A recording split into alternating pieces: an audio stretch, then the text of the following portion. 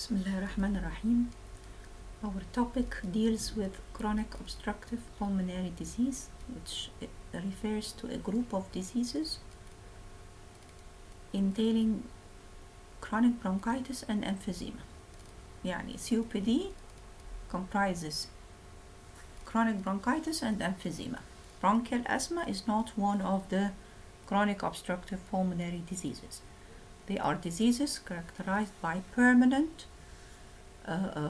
obstruction, permanent airflow limitation that makes breathing difficult. Chronic bronchitis is a condition characterized by excessive mucus secretions from the bronchial tree in which there is productive cough. يعني chronic bronchitis entails the production of sputum permanently or regularly every day for at least 3 months of the year for at least 2 successive years, يعني for at least for the past 2 years after exclusion of other causes as bronchiectasis and TB. In chronic bronchitis, there will be excessive mucus secretion, and it's the result of increase in the size and number of the mucus secreting glands. In such a condition, there will be increased ratio of the mucus glands to the wall thickness. That is an index called Reed's index. The normal index is 40%, but in chronic bronchitis, this index increases up to 70%. In emphysema is a disease or a condition in which there is enlargement of the air spaces or dilatation of the air spaces distal to the terminal bronchioles. Not only dilatation, but dilatation plus destruction of the alveolar walls. There is a term called false emphysema. False emphysema is not our disease. It's a separate entity or a different condition that deals with just only dilatation of the air spaces. And this dilatation might be compensatory, for example, to removal of a part of the lung,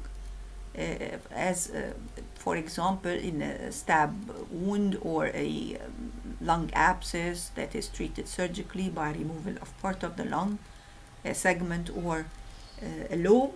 And in such a case, there will be a compensatory dilatation of the remaining part of the lung, and this is termed false emphysema. False emphysema is not the same as our true emphysema or our true COPD. As we can see, this diagram shows the site of the pathology of the disease emphysema. The site of the pathology is the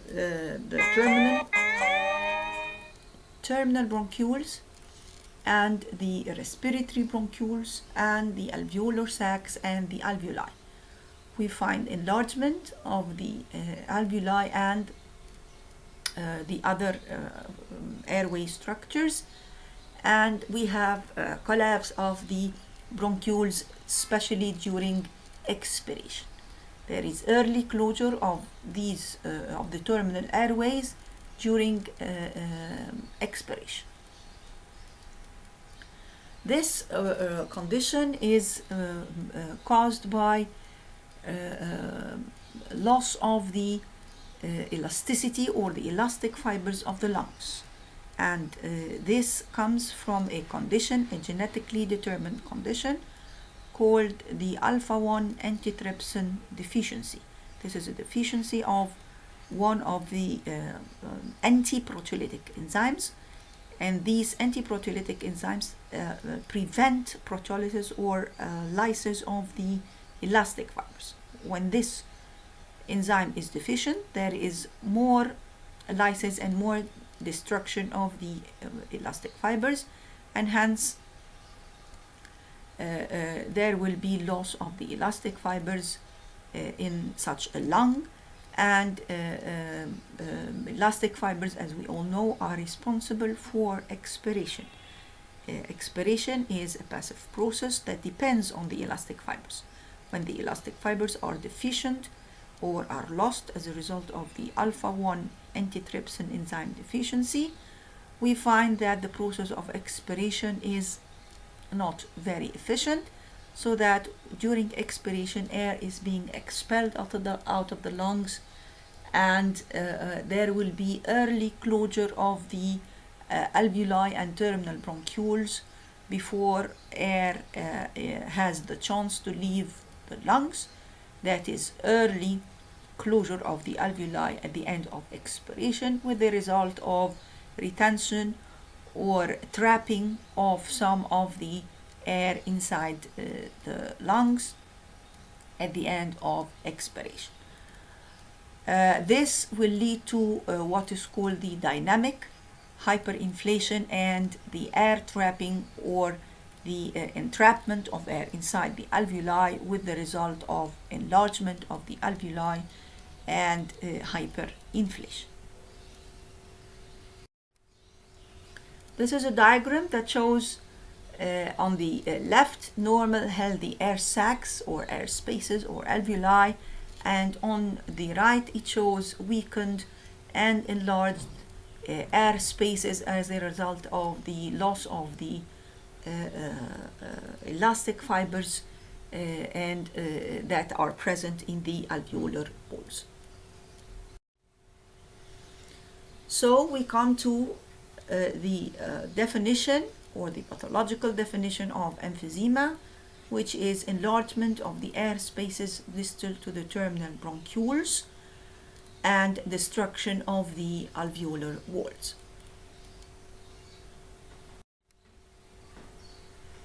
Another diagram that shows to the left normal alveolar walls and normal caliber of the bronchioles, and to the right it shows the pathology of tissues with COPD. We can see the inflammation and the fibrosis, and we can see loss of the elastic fibers and loss of the elastic tissue in the alveolar walls, with the result of obstruction and bronchiolar and bronchioles obstruction. This slide shows the definition of chronic obstructive pulmonary disease, which is refers to a common preventable. That means that you can prevent COPD, of course, by smoking cessation and smoking stoppage. Treatable disease, yes, it's treatable by using the various lines of treatment, but is it curable? No, it's not a curable disease. COPD is characterized, as we said, by persistent airflow limitation as a result of the obstruction. There is limitation to airflow during expiration that is usually progressive. The disease is progressive and takes part progressively as long as the patient continues to smoke. The condition is associated with enhanced chronic inflammatory response in the airways and the lungs to noxious particles or gases. This means that COPD is a chronic inflammatory disease in which inflammatory cells and inflammatory cytokines and secretory products from these inflammatory cells are always present, and this inflammatory response starts in the lungs and extends to all parts of the body, with the result that we can see comorbidities and another pathological effects of COPD in the various body organs, to the extent that COPD now is not essentially a lung disease. It's more like a disease that entails all parts of the body. If we come to classify chronic obstructive pulmonary disease,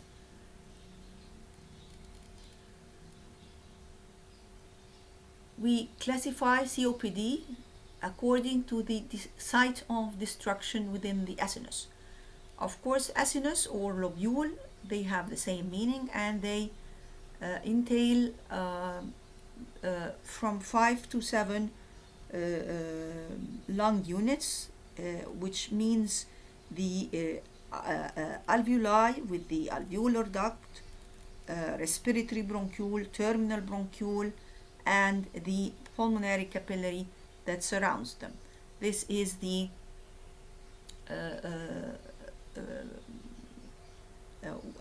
lung unit. 5 to 7 of these entail the acinus or the lobule. So if the destruction or the pathology happens in the center or at the middle of the acinus, which is the airways, the terminal airways only, without the affection of the alveoli, this is termed the centri-acinar or the centri-lobular COPD, and this happens or is associated with people who suffer from chronic bronchitis, and those happen to be the cigarette smokers. The other type of COPD happens in or involves the whole acinus, the whole lobule uniformly, and it is seen in patients who have a deficiency of the alpha-1 antitrypsin enzyme, and it is called the pan-acinar or the pan-lobular COPD. Now, if we come to talk about or discuss the etiology of COPD, number one is the cigarette smoke. Cigarette smoke comprises about 90% of the etiology of COPD, and we all know that it's increasing as we can see in our country. Also, we have the occupational dust and chemicals, environmental tobacco smoke or the passive smoking, which means that if you do not smoke and you have one of your relatives or your friends living with you in the same premises and he smokes and you do not, this means that you smoke yourself, unfortunately. The indoor and outdoor air pollution, of course, is a factor for the etiology of COPD. Genetic factors, as we have discussed, the genetic disease emphysema, it is caused by the alpha-1 antitrypsin deficiency. Infections repeated infections make the lungs prone to chronic obstructive pulmonary disease, and socioeconomic status, if it is low and the environment the patient lives in is not healthy, it also predisposes to COPD. Smoking is the most important risk factor for COPD, and the role of smoking in development of COPD entails smoking causes hypertrophy of the mucosal glands with the result of increasing the mucus secretion. This is number one. Number two, there is an inhibitory effect of cigarette smoke on the bronchial cilia, the bronchial ciliary blanket, which is essential to get rid of any accumulated mucus or any substance, foreign material or substance that gains access to the respiratory system. The cilia gets rid of it, and those who smoke have this effect inhibited. Number three, respiratory infections, as we said, are more frequent in those who smoke, and those infections are associated with inflammation and inflammatory cells aggregation and edema of the mucosal wall, and this predisposes more to obstruction. Well, what about the protease-antiprotease imbalance? We all know that in our bodies we have to have a balance between proteases and antiproteases. Proteases or proteolytic enzymes exist in our body and have to be counterbalanced by antiproteolytic enzymes. The enzyme alpha-1 antitrypsin is one of these antiproteolytic enzymes. They have to exist in normal balance with the proteases so that none of them can have or take the upper hand.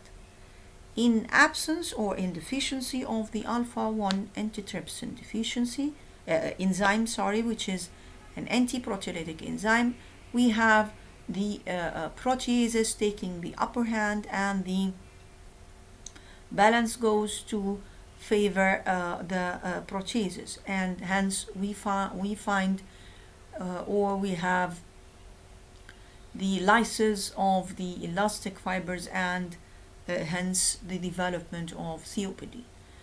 The role of smoking comes here to cause the imbalance of the proteases and the antiproteases.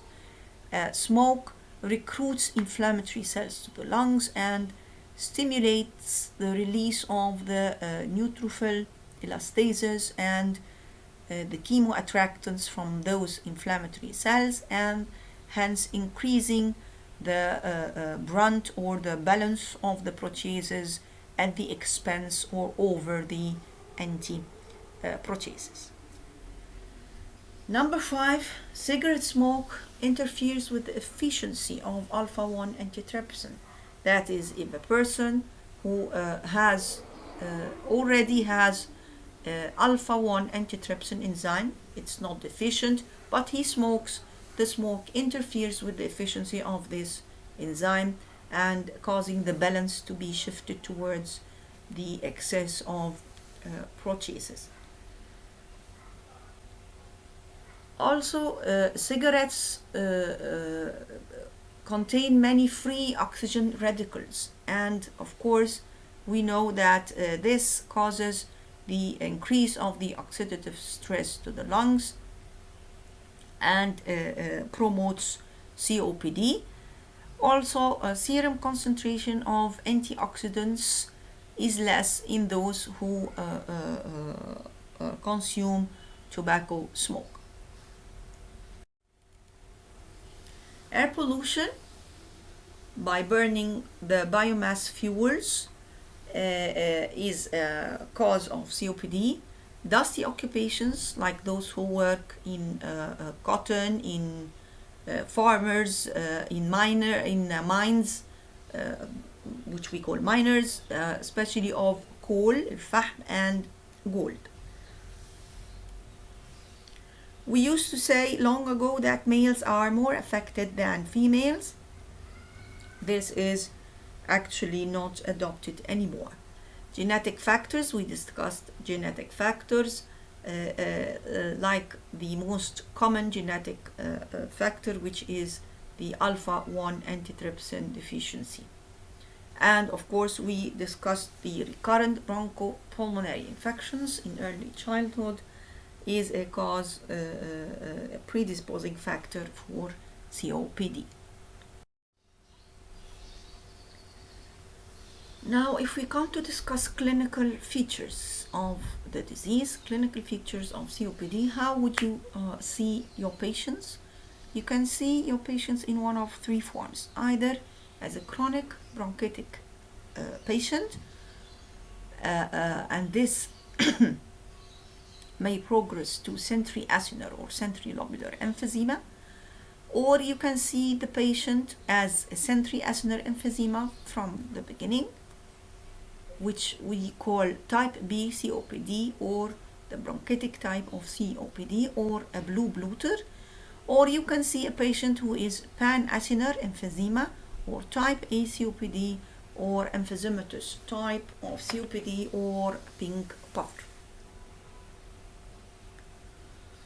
Sometimes you will hear a patient or the term emphysema given to a patient. This means that we mean that this patient is having all features of type A COPD. And you will hear that this patient is more of the chronic bronchitic type. This means it is used to describe type B COPD. It's very important to stress on the fact that your patient, or the most common type of patients you are going to see, is the mixed type of COPD. That is, you will find the patient having combined features of both chronic bronchitis and emphysema. This is the most common type of patient that you will see in your practical life. Those two pictures refer to both types of patients that you are bound to encounter. The picture to the left shows a patient with pan-acinar COPD or type A patient, and as you can see that the patient is puffing. He is puffing with his lips and having his buccal cavity swollen, and so he is giving the term puffer. He is puffer, and he's also given the term pink. Pink doesn't mean that you will find your patient having pinkish and rosy cheeks. No, on the contrary, it means that he is only not cyanosed at rest. The patient is not cyanosed at rest. And this picture is usually secondary to alpha-1 antitrypsin deficiency enzyme.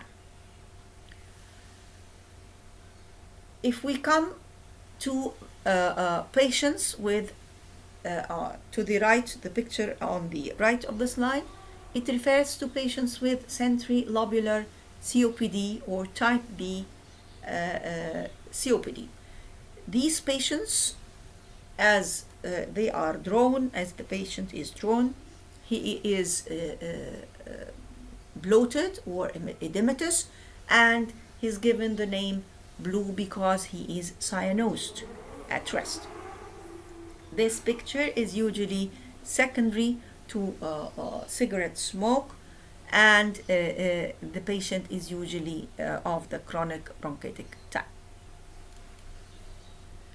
If we come to explain why the type A he is given the name pink, and why he is giving the name puffer, and type B he is given the name blue and bloater. Patients who are type B or chronic bronchitic, they have obstructed airways as a result of excessive mucus secretion, and this will cause their ventilation to be worsened as a result of obstruction of their airways by the mucus, excessive mucus secretion, and this will cause their blood gases to be worsened as a result of their worse ventilation at the expense of their perfusion. So they have worsened blood gases. They have hypoxemia, and this hypoxemia is the reason for their blue tincture of their tongues. I need you to remember that the blue tinge is only because of oxygen lack. It has nothing to do with carbon dioxide. In spite of the fact that this patient is having hypercapnia because of his bad ventilation, this hypercapnia is not the reason for his blue color of his tongue, or not the reason for his cyanosis.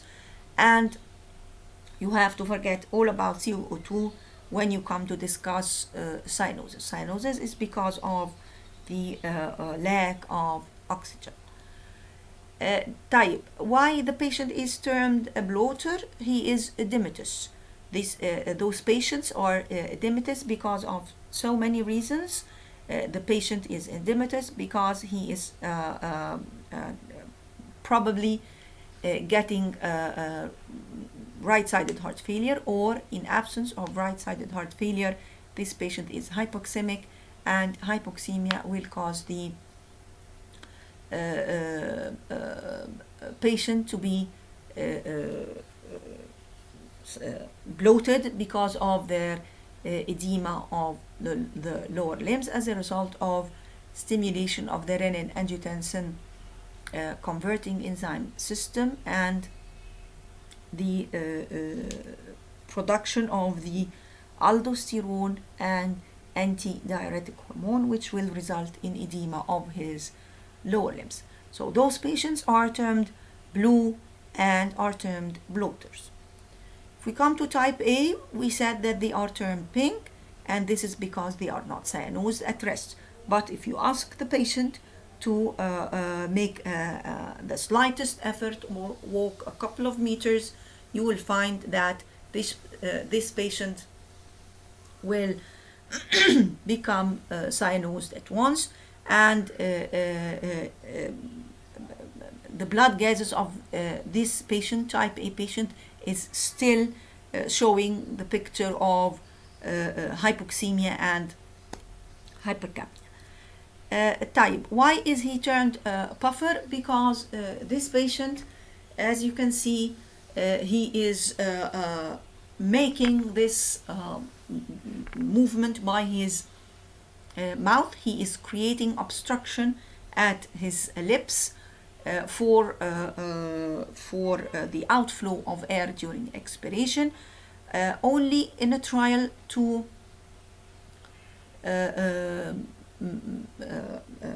increase the airway pressure in the buccal cavity, which will be transmitted to the pressure inside the trachea until it reaches the inside of the terminal airways and the alveoli, in a trial to prevent the early or the premature closure of the terminal airways during expiration.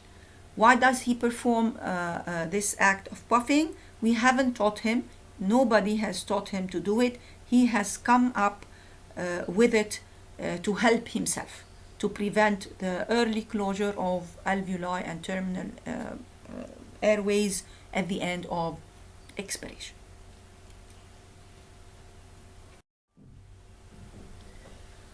Now, the clinical picture, we used to say that he's a male.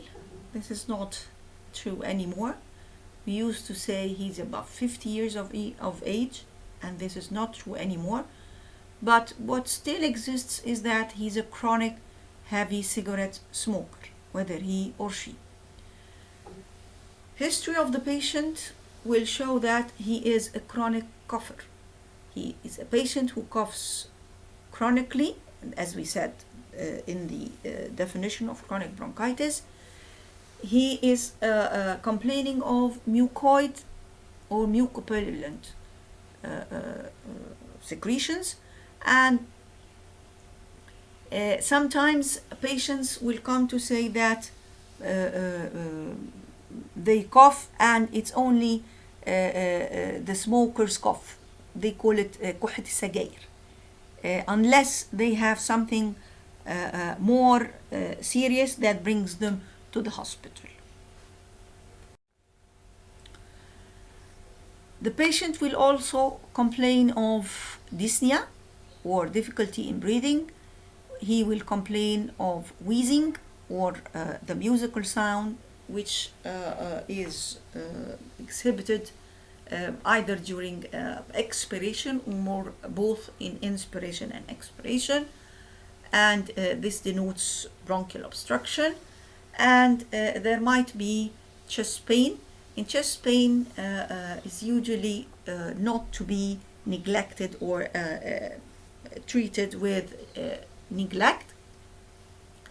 And it might be due to chronic coughing. It causes a generalized pain all over the chest due to strain of the intercostal muscles. And more seriously, it might be caused by pleurisy, complicating pneumonia or inflammation of the air spaces, or gravely due to pneumothorax as a result of rupture of one of the emphysematous bullae inside the hyperinflated lung. As we explained, the alveoli become full of trapped air due to the air trapping as a result of the obstruction to the outflow of air. The obstruction causes the trapment of air inside the alveoli, and pressure is built up over time until one of these emphysematous bullae, and bulla means the enlargement and of so many air spaces that open into each other and create a larger air space. Rupture of this bulla or air space causes the release of this air into the pleura, the membrane surrounding the lungs, and this causes pneumothorax. If the pneumothorax becomes under tension pneumothorax, this is an emergency condition and causes the patient to lose his consciousness and to go into hemodynamic compromise. How do we deal with this situation? This air has to be released by the rapid insertion of a cannula inside the second or third intercostal spaces to release the air and to relieve the tension, and hence the patient can regain his consciousness back. Now, those are the symptoms of every single patient of COPD. But sometimes you will find a patient that tells you that he is complaining more of his dyspnea, and he is not more of a sputum producer. This means that this patient is more of the COPD type. This patient is more of the emphysematous type. What if the patient complains of cough and mucus production and says that dyspnea is not very much pronounced? This means that we are dealing with more of a chronic bronchitic type of patient. But eventually, both will have dyspnea, both will have chronic cough with mucus production. It's only the degree of pronunciation of the symptom that makes us favor to put this patient among the emphysematous types or among the chronic bronchitic type.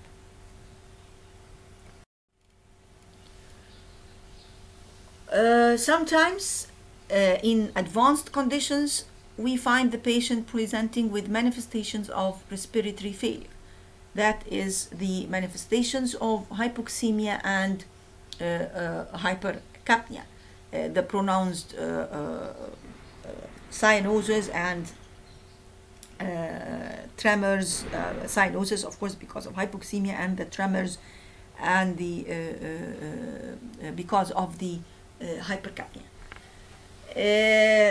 Edema of the lower limbs, as we said, may happen due to the cor pulmonale or right ventricular failure as a result of the hypoxemia, or it might happen due to salt and water retention as a result of the hypoxemia as well. Symptoms as complications as the weight loss and the muscle wasting and muscle depletion as a result of the chronic inflammatory process happening in COPD might be encountered. Type. What about the signs of COPD? Of course, we have general signs, and I'm sure you will find this among your clinical notes.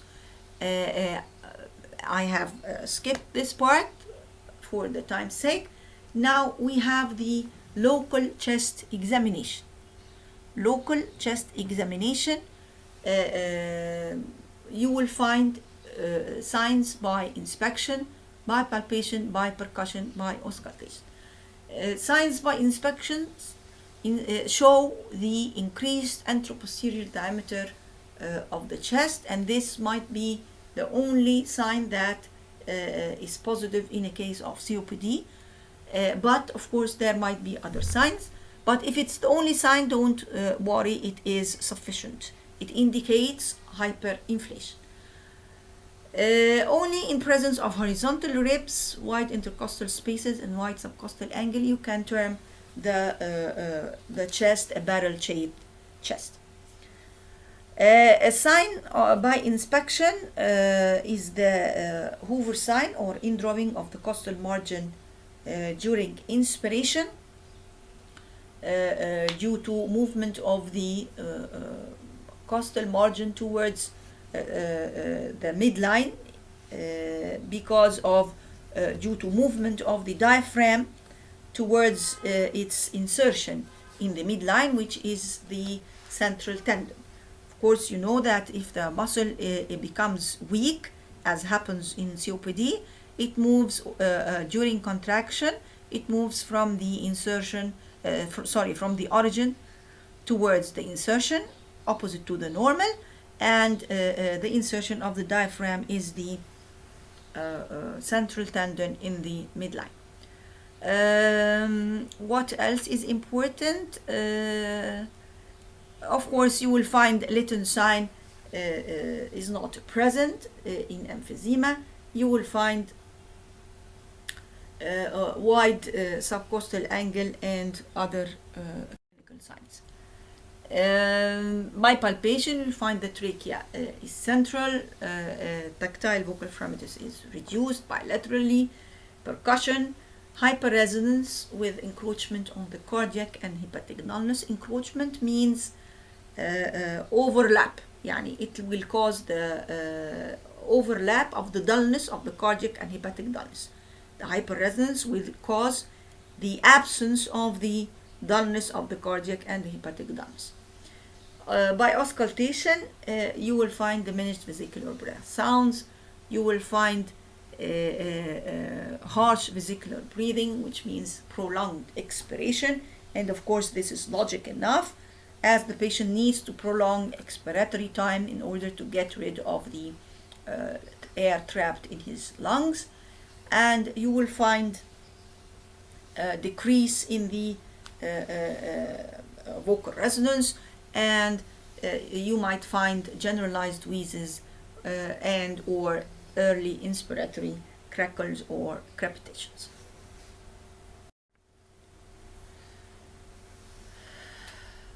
If the patient is in respiratory failure, you will find that this patient is having cyanosis, central cyanosis, and of course cyanosis means bluish discoloration of skin and mucous membranes, and due to the presence of reduced hemoglobin more than 5 grams %. And how can we detect cyanosis? We can detect cyanosis clinically in the undersurface of the tongue. You ask the patient to get out his tongue and raise it so that you can see the lower surface. And in a time of doubt, you have to perform either a test of his arterial blood gases, where you will test for the oxygen. You will find his oxygen tension less than 60 millimeter mercury, and his saturation less than 75% oxygen saturation. As we said before, carbon dioxide has nothing to do with cyanosis. Carbon dioxide increase or hypercapnia, how does it affect the patient? it will affect his level of consciousness. You will find that the patient is going into drowsiness, and there is hypersomnia, laziness, and wanting to sleep, which we call CO2 narcosis. Astraxis or flapping tremors develop when as a sign of hypercapnia. Also, increased intracranial tension and headache and papilledema, but of course you cannot test for papilledema except by fundus examination. And finally, if you leave your patient, the patient can go easily into coma. Complications of the disease, complications of COPD.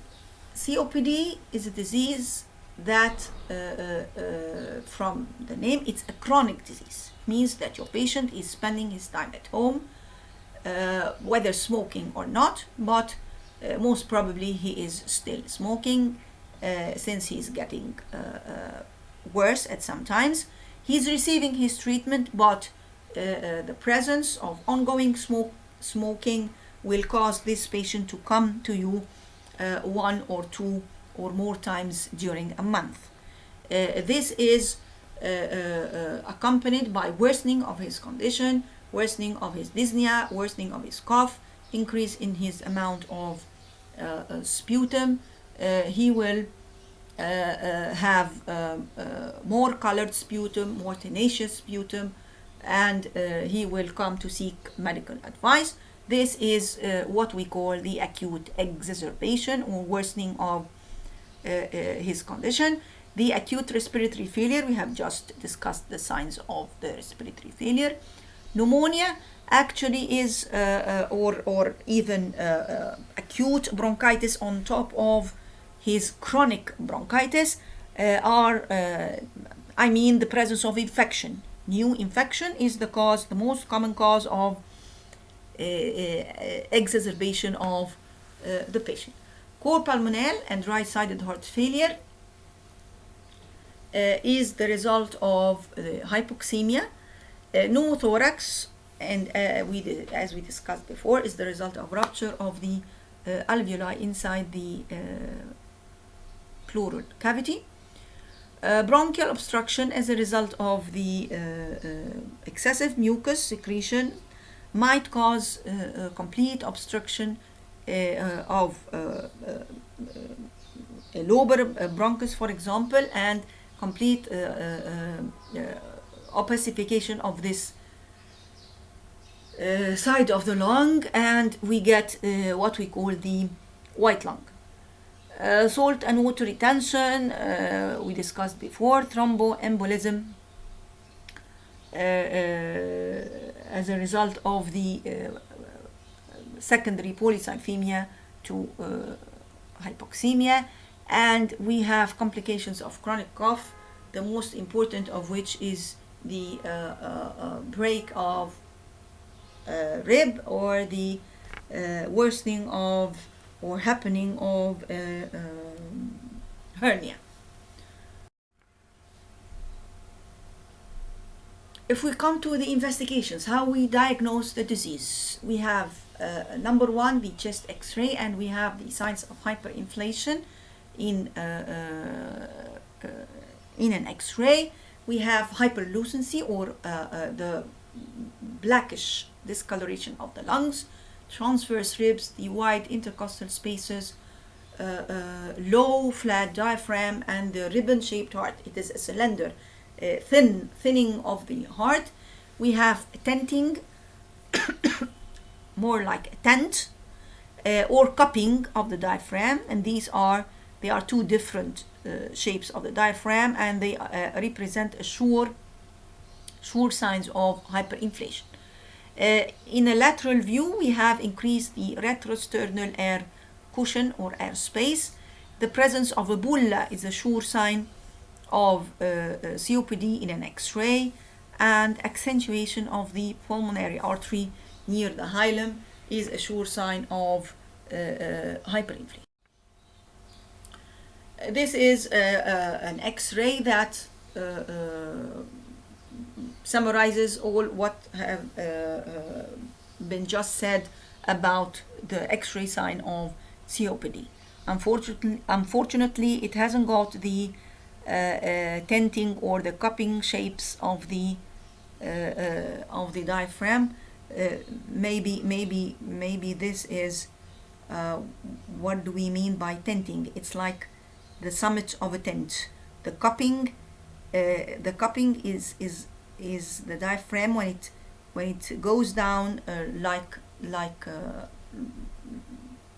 a cup. If we can imagine that this is a trial of cup. Number 2, to diagnose COPD, you will have to perform respiratory function tests or spirometry, and in these tests you will have decrease of the forced expiratory volume 1 or the peak expiratory flow rate. We will have also decrease of the forced vital capacity, or the amount of air that is expired by the patient forcibly after forcible effort, and you will find a decrease in the ratio of the whole amount of air expired in the whole process of expiration and the amount of air expired in the first second of expiration. That is a decrease in FEV1 over the FVC, or the forced vital capacity ratio. Of course, as a result of hyperinflation, we expect to have the increase of the residual volume and the total lung capacity. Arterial blood gases, which are performed by a syringe. You take a sample of blood from the radial artery after, of course, heparinizing the syringe, and you give this amount of blood to the apparatus of arterial blood gas analyzer, and it gives you the oxygen tension in the blood, the carbon dioxide tension in the blood, the pH, the bicarb, and the oxygen saturation. You will find, of course, decrease in the oxygen tension and increase in the carbon dioxide tension, and if in case of respiratory failure, you will find a decrease of the pH due to acidosis. This slide shows how we can we can give COPD degrees. So it is a mild case of COPD, a moderate case of COPD, a severe and a very severe case of COPD. And as you can see, it depends on the FEV1 alone and not the ratio. The ratio is useful in defining obstruction. If the ratio is decreased less than 0.70 or less than 70%, this means that this is a case of airway obstruction. If the ratio is normal or more than 70 or 80%, actually we can start diagnosing interstitial lung disease or restrictive dysfunction. Type. If the FEV1 is more than 80% but the patient is having symptoms, this or having complications like cor pulmonaire, for example, this means that this is a patient is having a mild degree of COPD or mild GOLD classification, GOLD COPD classification. If the patient is having FEV1 between 50 and 80%, this means he is a moderate COPD patient.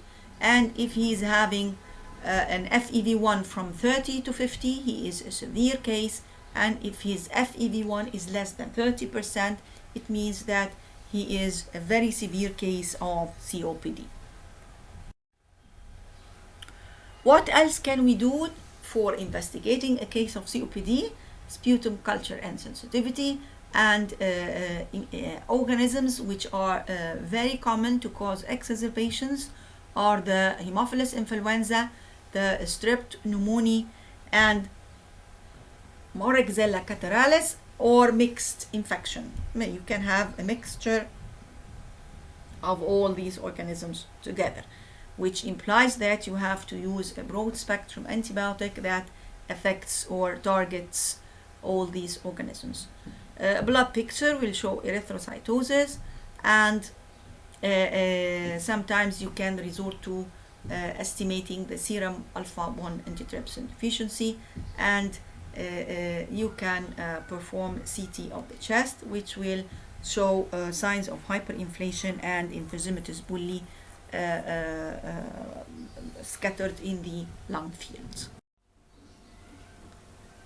For managing a case of COPD, you have to focus on which type of patient you are dealing with, because management or lines of management differs for stable patients than for a patient who is in exacerbation right now, and for patients who are in acute respiratory failure on top of COPD. If we start with managing patients who are stable, patients that you can see or you will see in your outpatient clinic, those patients you can advise for prevention of the disease. You can advise them for smoking cessation. You can advise them for preventing air pollution, change of his occupation, and you can advise him towards the pneumococcal or the influenza vaccination. Number two, you can advise those patients for pulmonary rehabilitation, comprising health education, exercise, and physiotherapy, and you can advise them for the oxygen therapy, which we'll discuss in a minute, and how they can use and get benefit of their home long-term oxygen therapy. The pharmacological treatment of COPD, you can describe them their lines of treatment and advise them to be compliant to their inhalers and so forth. And you can ask them to perform the alpha-1 antitrypsin level enzyme estimation, so that if it is deficient, they can replace it. And in the end, we still have the surgical line of treatment for those who need bullectomy or lobectomy, and or lung volume reduction surgery, or even lung transplantation. Number two is management of a patient, of COPD patient who is in exacerbation. This means he is hospitalized, he is in the ward, or he is in an ICU. Number one, we have to learn about the oxygen therapy. Number two are the bronchodilators, beta agonists, anticholinergics, and intravenous steroids. And number three, we have to know how to approach or treat the pulmonary infections in case of acute exacerbation. First, we consider infection is present when the patient comes to say that he is having mucopurulent sputum. He might be feverish, he is having a high white count, high ESR, and high C-reactive protein. You have to start with empirical use of antibiotics, and as we said, it has to cover the mixed infection expected in a case of community acquired infection or even community acquired pneumonia. Amoxicillin, glavulanic acid, or macrolides, or quinolones, or second generation cephalosporins, or cotrimoxazole. You have to start with any of these until the result of sputum culture and sensitivity is received from the lab. We also have to use intravenous steroids. Steroids in the acute stage, that is in the hospital, cannot be used except by the intravenous route. They cannot be used by inhalers. We can resort to mucolytics, and if preferred, I myself do not prefer them, neither do I prefer expectorants. If we come to the oxygen, long-term oxygen therapy, how can we use that at home or even in the hospital? Long-term oxygen therapy, it entails the long-term continuous administration of low-flow oxygen. Low-flow oxygen means from 2 to 3 or 1 to 3 liters per minute. First of all, it's indicated in cases of severe hypoxemia. Either the patient at home, he is severely hypoxemic, or he comes in acute exacerbation in hypoxemia. His PaO2 is less than 55 millimeter mercury, and his SaO2 or oxygen saturation is less than 88%, or the patient is in cor pulmonale or right-sided heart failure. What is my goal? To which extent am I going to give oxygen until the patient reaches how much millimeter mercury as a PaO2? My goal PaO2 shouldn't exceed 60 millimeter mercury.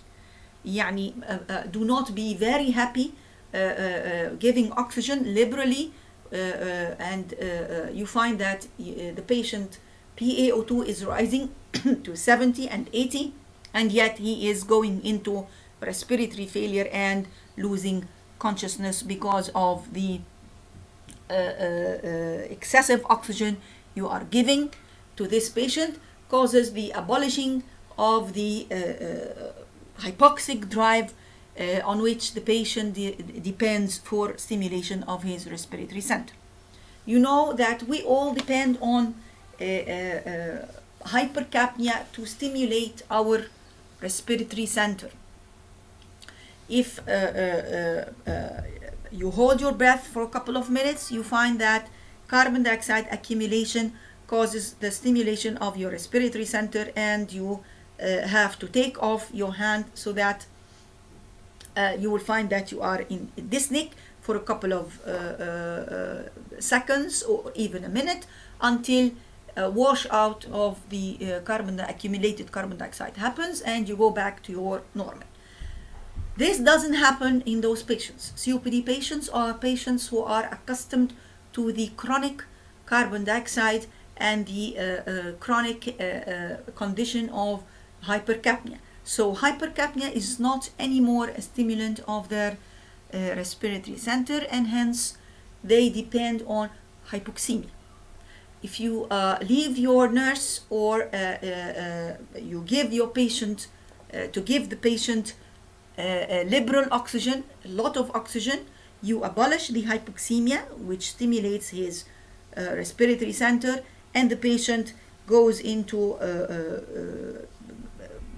respiratory narcosis and drowsiness and coma, and loses his consciousness because you have abolished his hypoxic drive.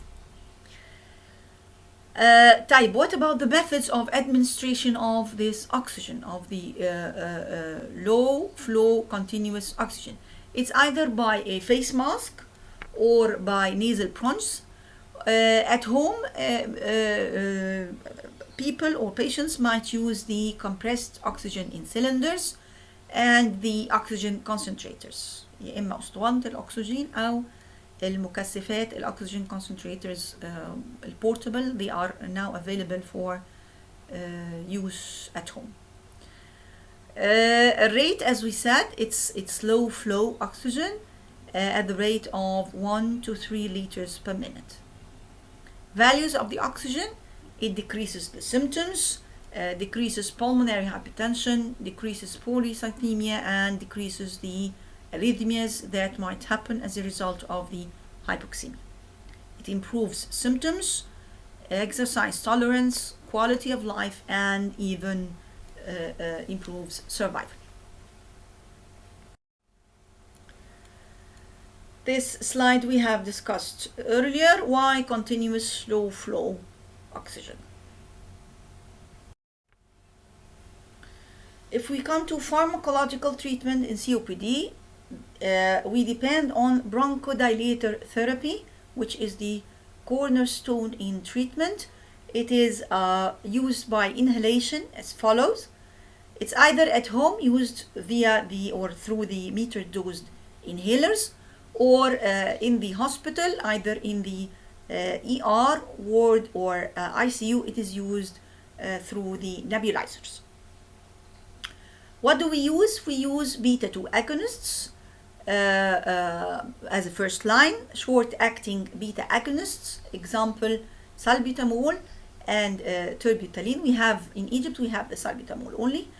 Or we might use the long-acting beta agonists, of course not in the acute phase. Long-acting beta agonist is used only at home, like the salmeterol and formoterol. We can use also for bronchodilation anticholinergics, and they are present as short-acting or long-acting. Remember, I need you to remember that any long-acting substance is not meant to use in the acute phase in the hospital. Either it can be used at home, or it might be used in the ward, but not for the emergency treatment or in the ICU.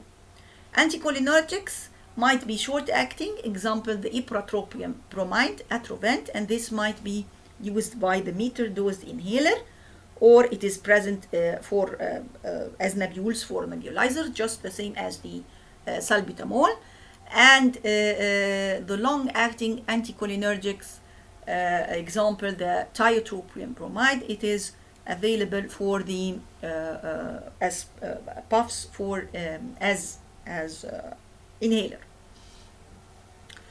Theophylline is is a bronchodilator, but it is now declining in use due to its narrow therapeutic range and possible GIT, cardiac and neurological side effects.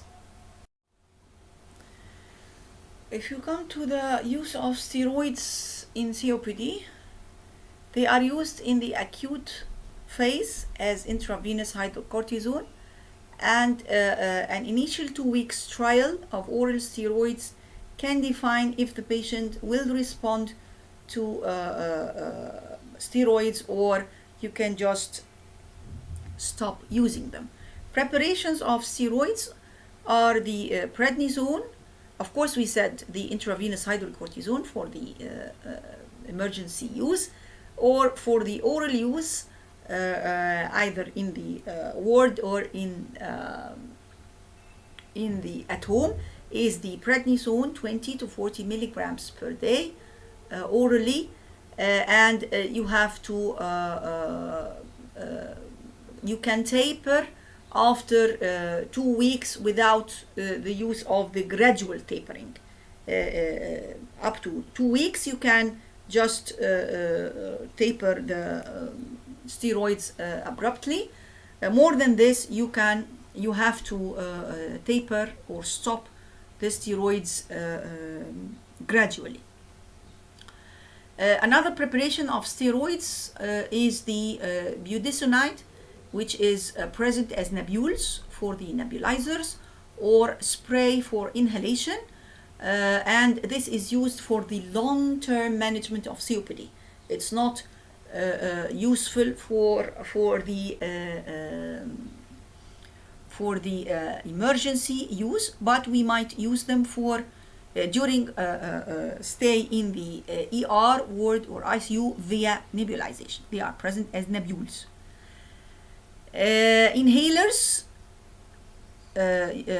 containing steroids such as the beclomethasone or the fluticasone.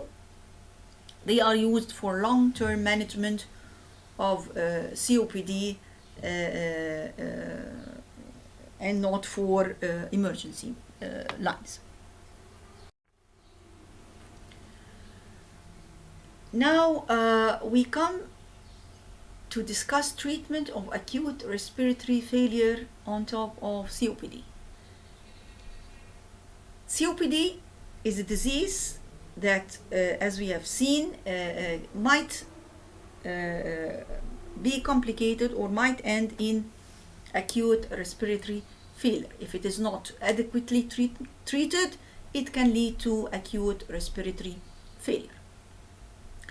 What is the definition of acute respiratory failure? It is defined as failure of the respiratory system to supply sufficient oxygen to the blood and body organs with or without failure of adequate ventilation.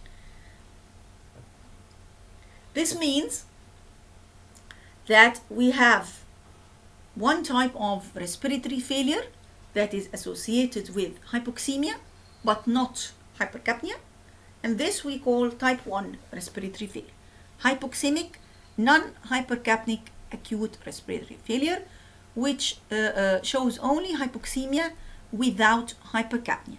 And this is usually due to pulmonary causes such as COPD.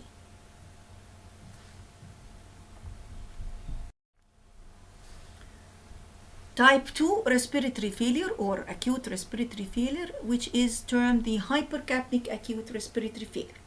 This type of respiratory failure shows both hypoxemia and hypercapnia in presence of respiratory acidosis, of course, as a result of the hypercapnia.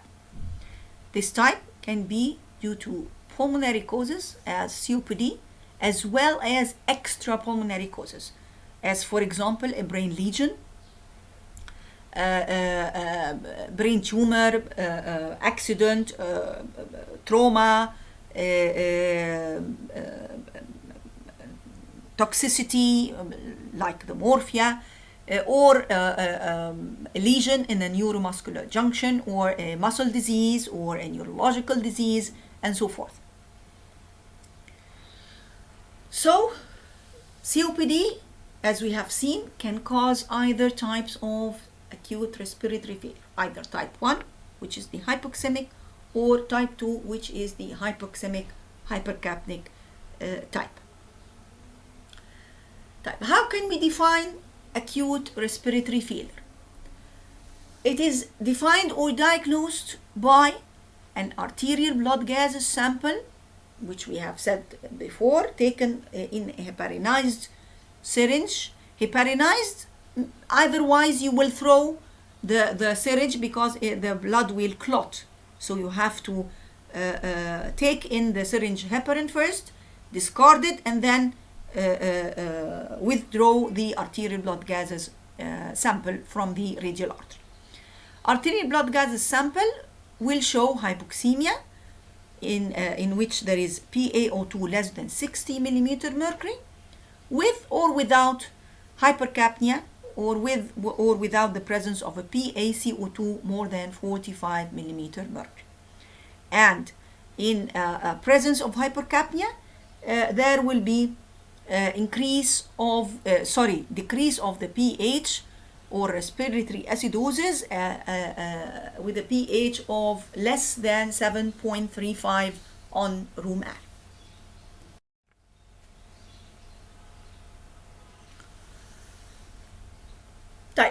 Our patient will receive the same lines of treatment of a case of COPD in exacerbation.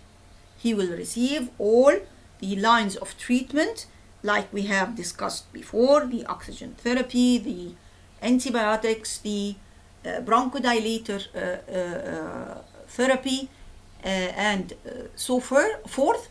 And then, according to monitoring of his oxygen level, he is going to be managed.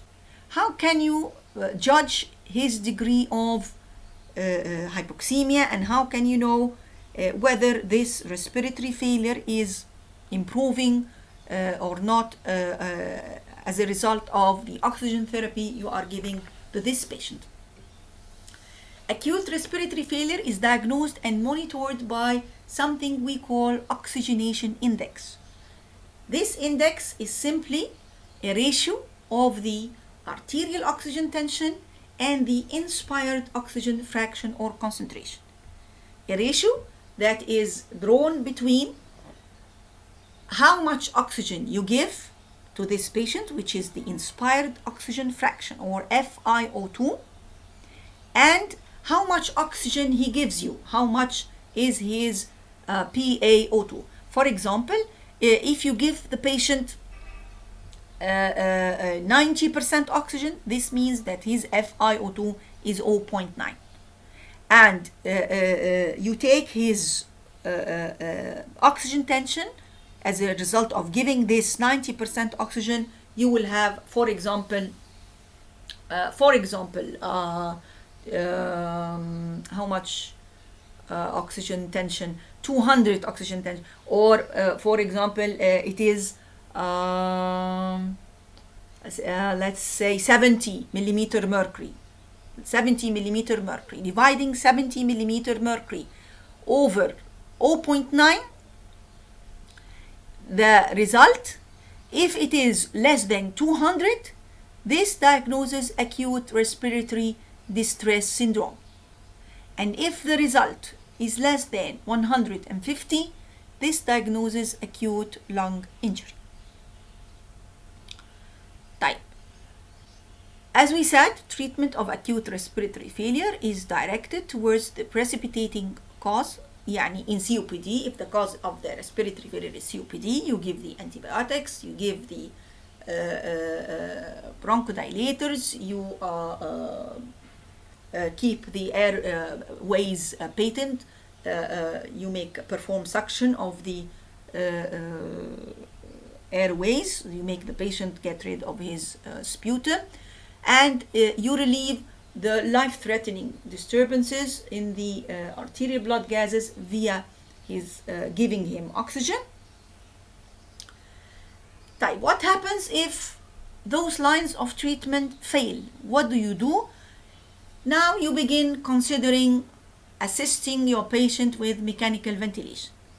Of course, you start first with non-invasive assistance, which is by using the apparatus CPAP, or continuous positive airway pressure, or you might use BiPAP or bi-level positive airway pressure device without applying endotracheal intubation. This is non-invasive ventilation. If this fails or does not cause the patient to improve, you have to start considering invasive mechanical ventilation using a ventilator and applying an endotracheal or a tracheostomy tube.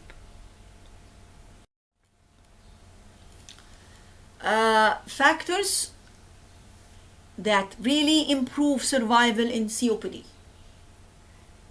Number 1, number 2, number 3, number 10 is smoking cessation. You will never have a patient improving in his condition except if he stops smoking. You have to instruct your patients towards smoking cessation. Number 2, in factors improving the survival and the quality of life, is the use of oxygen, as we have described. Number 3 is lung volume reduction therapy.